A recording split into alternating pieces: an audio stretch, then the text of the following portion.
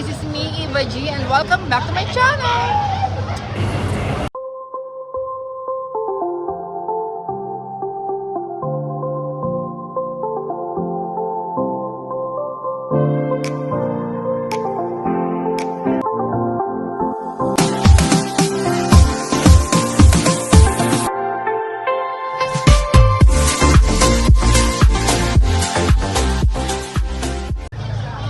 Saturday ngayon, kalalabas ko lang sa trabaho at ito ka pala yung dito ako nagtatrabaho sa Margaritaville at gusto ko ipakita sa inyo na kung ano ang ganap dito sa Times Square kapag Sabado kasi sobrang daming tao talaga. So ito yung hotel namin, lobby ng hotel. So tingnan natin ang harapan. Ayan. So kung mapapansin nyo, napakaraming tao, di ba? Kalalabas ko pa ng hotel, ayan na agad ang pasalubong sa inyo kapag Saturday. So, grabing daming tao, di ba? Lalo na pag napunta tayo dun sa mismong pinupuntahan ng mga tao dito sa Times Square. Sa parang gitnang-gitna doon. Alam ko naman na naipakita ko na sa inyo itong lugar na ito, pero hindi ko siya pa napapakita sa inyo kapag Saturday night. Kasi nga di ba may trabaho ako. Napapakita ko lang sa inyo itong Times Square kapag Wednesday night. So ibig sabihin, off ko kinabukasan. Ngayon yung makikita ang Times Square kapag Saturday kung gaano karaming tao. Yan. At napakarami nagtitinda ng mga ganyan. No? Para mga keychain sila. Yan, mga $1. Ayan, hindi. Mga 15 yan. 10, 15. Saka kung mapapansin nyo, kapag Saturday night, lahat ng mga store dito, inaabot ng madaling araw din. Kasi nga Sopsi mo nakita nyo, di ba sobrang daming tao. So, ayan, din yung busy rin ng mga bus na nagpapasyal sa inyo, magtutour. Ayan, yan is Steve Maiden na yan. Usually, close na yan ang mga paglabas ko ng 10 pag Wednesday. Pero dahil nga Saturday, nakita nyo, di ba, may mga tao pa sa loob. Kasi nga, sobrang daming tao kapag Saturday night. Ayan, tingnan nyo yung loob. May mga namimili pa. Eh, ang oras na, it's almost 11 PM na. Pero syempre, hindi pa rin mawawala yung mga ganyan, yung mga caricature, mga Comedy Central, nag-o-offer sila.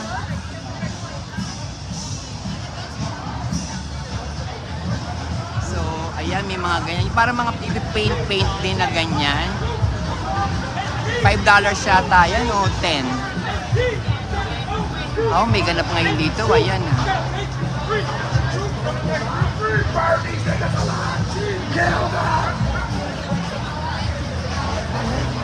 Tsaka dito,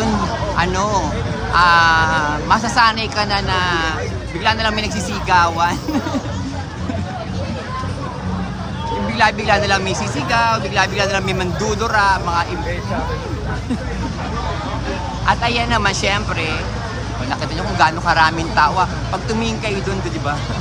Ito naman yung mga street food na yan. Marami rin naman kumakain dyan o bumibili dyan. More on halal kasi yata yung mga yan eh. At syempre, may mga ganyan din talaga. Mga bilihan ng mga sombrero. Grabe, di ba? Pag Saturday night talaga. Kasi kinabukasan, wala kasing pasok. Kaya ang Hard Rock Cafe punong-puno din. And then, yan so, ang Hard Rock open pa din. Pero mamaya, pupunta tayo dun sa mga lugar na hindi pa natin nadadaanan. Gwapo ni baby boy, di ba? And it's some friendly people. Ayan. So, busy siya pag Saturday. Basta lagi niyo naman mapapansin may mga ganyan, yung mga paintings ng mga caricature, may mga ganito naman siya. Magaling, ewan kong tawag dito eh. Canvas, ganon. So, ayan. Ano ba to? Atong canes na to, ang dami lagi kumakain dyan. As in, minsan, ano talaga, waiting ka sa labas. O nakita nyo sa loob, di ba? Puno pa rin siya. Pero never pa ako nakatry kumain dyan. Ayan. Never pa.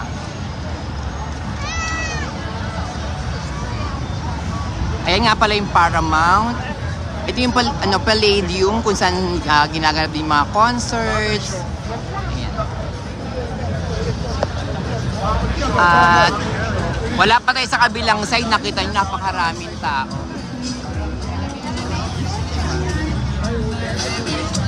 Nando doon yung Jollibee. Ayan no, yung Jollibee. Nakita nyo si Jollibee, ayan.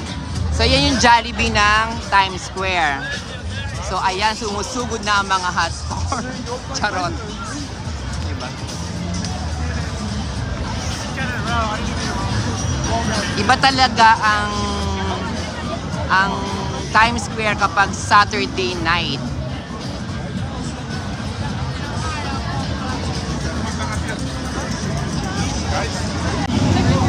Grabe, ang daming tao doon sa pinakaano, yung parang may hagdanan, pataas. Yan yung famous na ano eh, parang pinakagitnang-gitna na to. And pinatay ko yung ano kanina, yung enough ko yung ano ko, video ko kasi nga may mga tugtog. May music. Ang kito, Once Upon a Time in New York. Ayan na, pwede na tayong tumawid ulit.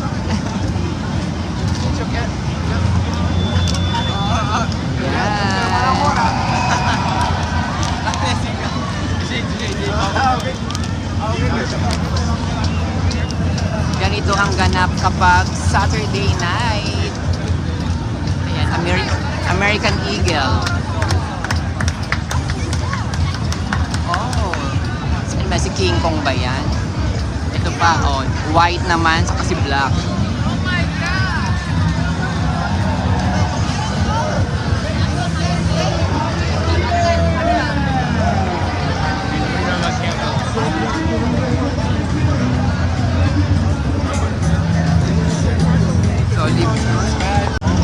So lilipat naman tayo sa kabilang side. Yung hindi pa natin napupuntahan pero ito na yung pinaka-center, di ba? Yung pinaka-ano nila. Ang ganda ng mga sasakyan. Grabe.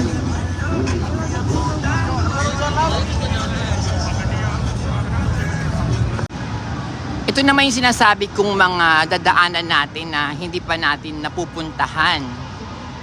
Katulad nitong, ano ba to? Ayan, kasi nga hindi ko nga alam, kaya hindi ko masabi kung nasan tayo. Basta yan, baybayin na lang natin itong mga lugar na to.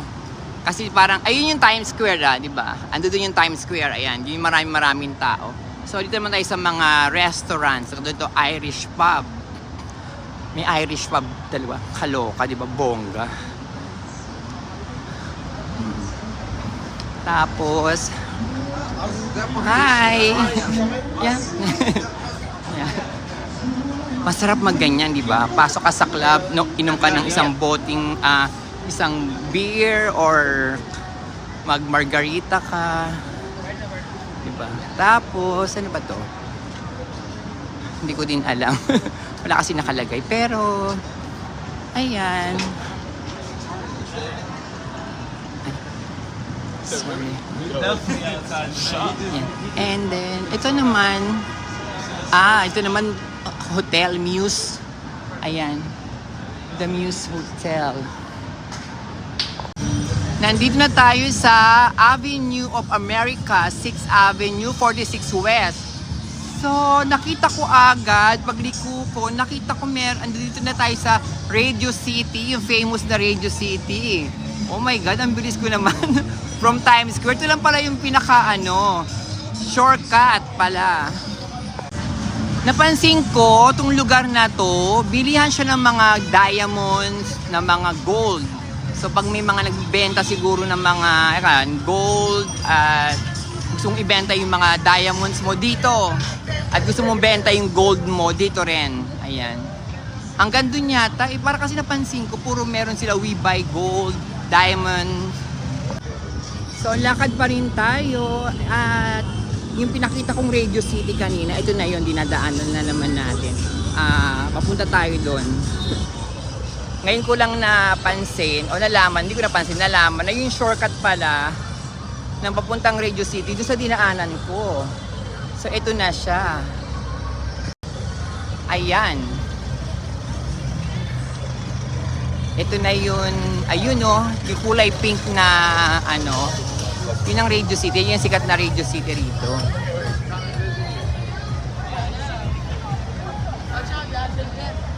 Wow. Dapat pala ang ginawa ko, pumunta naman ako, lumakad ako pa kabila. Ano kaya itong pila na to? Wow, may pila. Para saan?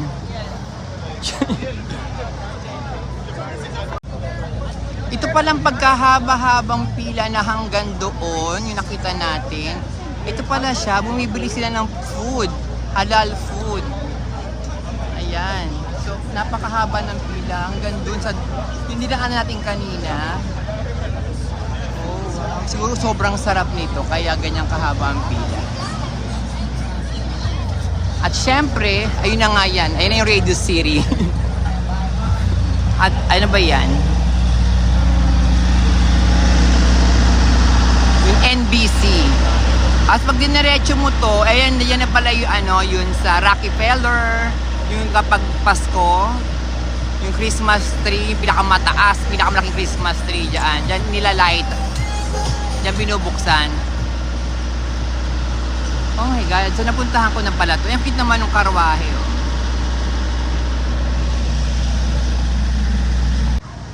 So lakad ulit tayo. Pero sa kabilang side na to. Kasi nadaanan na pala natin to.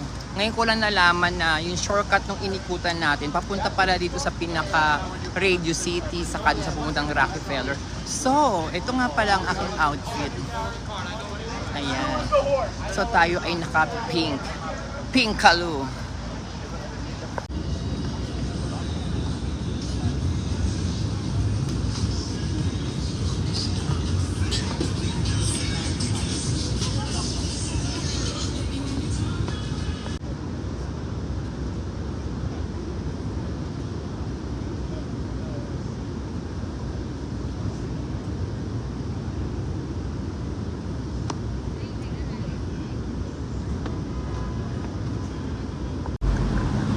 Wow! Ayan ang Twister. Kailan ba? Ay, opening na pala ngayon. Showing na ang Twister. Kaya pala ang lalaki ng mga billboards nila DTS. So, yun nga pala, gumagamit ako ngayon ng ano ba tawag dito? Tripod. Pero ngayon dahil traffic sila, so tawid tayo. Kahit hindi pa naman dapat tumawid. Kaso kung napapansin nyo, di ba? Ito traffic pala sa kabilang side. Ayan, dito.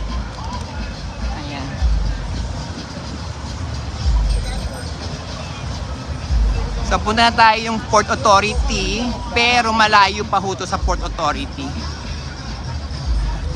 So tuklasin pa rin natin to mga kainan dito, mga restaurants. Ang cute naman dito, di ba yung mga flowers oh. Tapos meron silang restaurant. Ano to? Ito pala siya.